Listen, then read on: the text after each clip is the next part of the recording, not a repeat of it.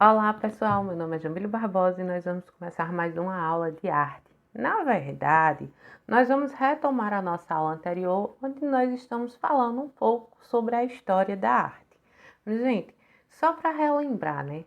A história da arte ela é vista como uma área de conhecimento que aborda as diversas manifestações artísticas do ser humano ao longo da sua trajetória no planeta Terra. Sim, se nós estamos falando de arte, nós estamos falando de seres humanos, e se estamos falando de seres humanos, estamos falando de história. Então, desde que o homem apareceu na Terra, ele faz arte, né?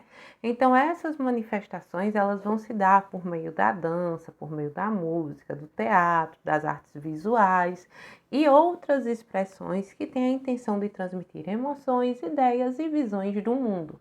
Então, a gente já vinha falando sobre isso na aula anterior e a gente chegou até no momento conhecido como Renascimento, a arte no Renascimento. E aí, para a gente não ficar perdido, eu vou retomar um pouquinho o que foi a arte no Renascimento, ok? Então, pessoal, a arte renascentista, ela vai começar a existir num período que vem logo após a Idade Média. Se vocês lembrarem, a história está dividida em pré-história, Idade Antiga, Idade Média, Idade Moderna e Idade Contemporânea. Então, o Renascimento, ele vai vir logo após a chamada Idade Média, que a Idade Média é aquela em que a igreja tinha um poder todo especial sobre todo o sistema político, sobre o sistema econômico, social. A igreja estava ali podendo tudo, tá? Dentro desse período da Idade Média. Então a gente vai ver surgir logo depois desse período o Renascimento, que começa ali dentro da Itália por volta do século XV, onde a gente vai ter uma movimentação, uma efervescência cultural muito grande, cultural, artística, intelectual. As obras que são produzidas nesse período, eles trazem novos sentimentos, eles colocam ali o ser humano como centro de tudo.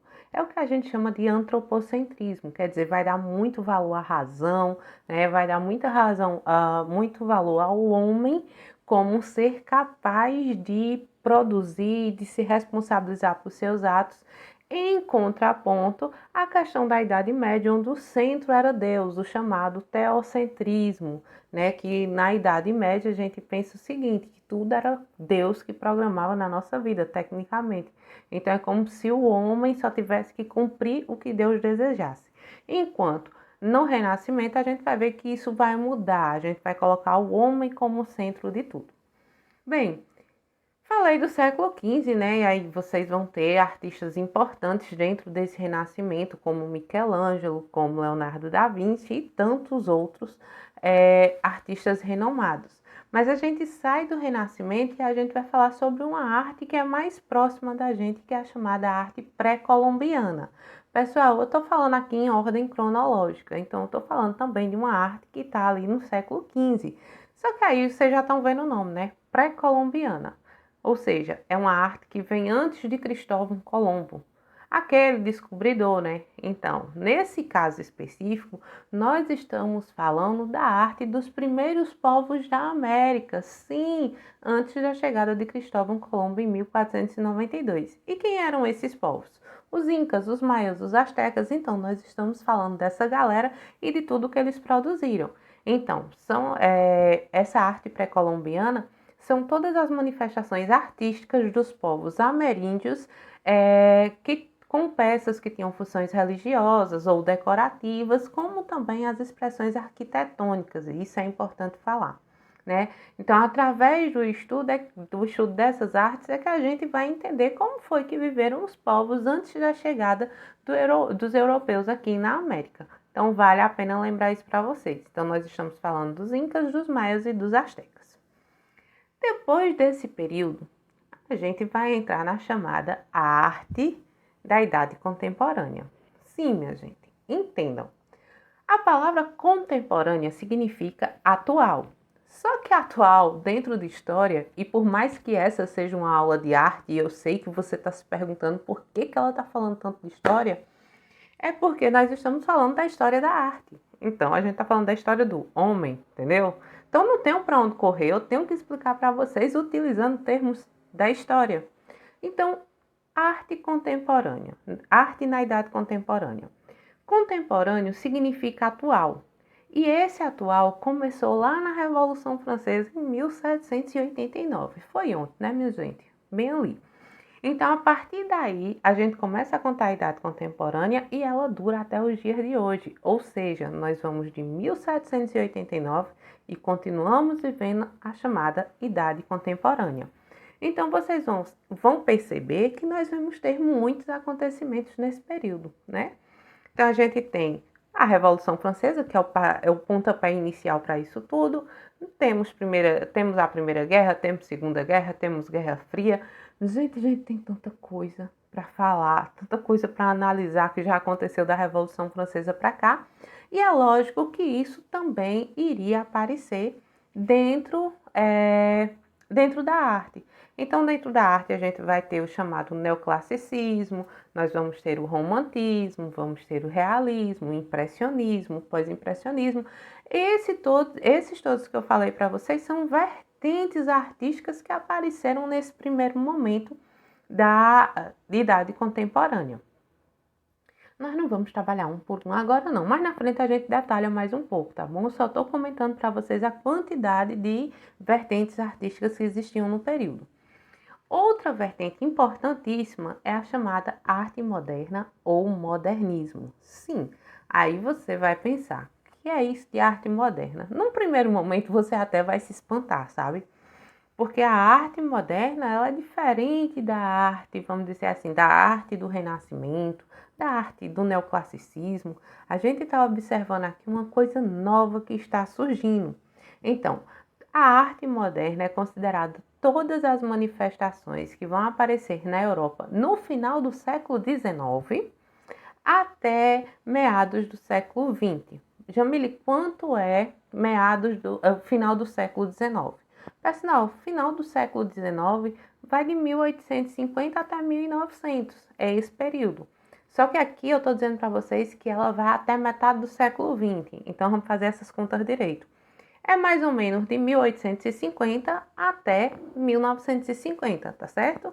Ou seja, até o final da Segunda Guerra Mundial. Então aí é onde a gente vai ver se desenvolver o chamado modernismo. E ele vai envolver pintura, escultura, arquitetura. Dentro do modernismo vai aparecer diversas correntes artísticas, ou seja, tem o modernismo e dentro dele a gente vai ter as chamadas vanguardas europeias, tá? Que são vanguarda nada mais é do que guarda avançada. É isso que significa em francês, tá? Guarda avançada, ou seja, a gente está falando sobre o pioneirismo na arte, tá? Esses movimentos, eles são manifestações inovadoras e foram responsáveis por uma grande transformação na maneira de se expressar e de compreender as obras artísticas. Pessoal, aqui a gente vai dar uma reviravolta, tá? Reviravolta mesmo. A gente vai ter aí dentro dessa vanguarda europeia, a gente vai ter o expressionismo, o fauvismo, o cubismo, o futurismo, dadaísmo e o surrealismo. E o que é que a gente vai observar? Essas obras, muitas vezes, elas precisam ser explicadas detalhadamente, porque senão a gente não entende. Na verdade, cada vez que essa galera entrava numa vanguarda nova, eles tinham que ter toda uma teoria para explicar para a gente o que é que ia acontecer. Como, por exemplo, no surrealismo. O próprio nome está falando, é surreal. Então você vê aí imagens se desmanchando, as imagens se desmanchando, os desenhos sem muita lógica, que parecem mais se você está dentro de um sonho. Pronto. A partir daí, é preciso que alguém lhe explique para que você possa entender a obra. E aí nós temos a chamada arte contemporânea ou arte pós-moderna. Nessa arte contemporânea, a gente vai observar que ela vai surgir depois da Segunda Guerra Mundial, ok? E aí a gente vai ter que prestar atenção, porque ela também recebe o nome de pós-moderno, né? Uma vez que ela vem depois do modernismo. É lógico, né? Até lógico, até aí é lógico. Então, da arte contemporânea, a gente pode dizer que as obras elas vão adquirir um significado maior e um contexto social globalizado, que vai afetar diretamente a expressão dos artistas e a apreciação do público. Então, essas manifestações elas vão se desenvolver nos mais diversos campos, como dança, moda, música, teatro, escultura, performance, instalações, vídeo arte, web arte, fotografia, pintura, literatura, rapping, objetos de arte e também têxtil, entre outras expressões que aí nem cabe aqui. Então, nós temos muitos movimentos que eu vou comentar alguns para vocês, alguns movimentos que a gente diz assim, são movimentos da arte contemporânea, tá? Então, nós temos arte conceitual, arte cinética, pop art, op art, expressionismo abstrato, minimalismo, land art, arte urbana, grafite, body art.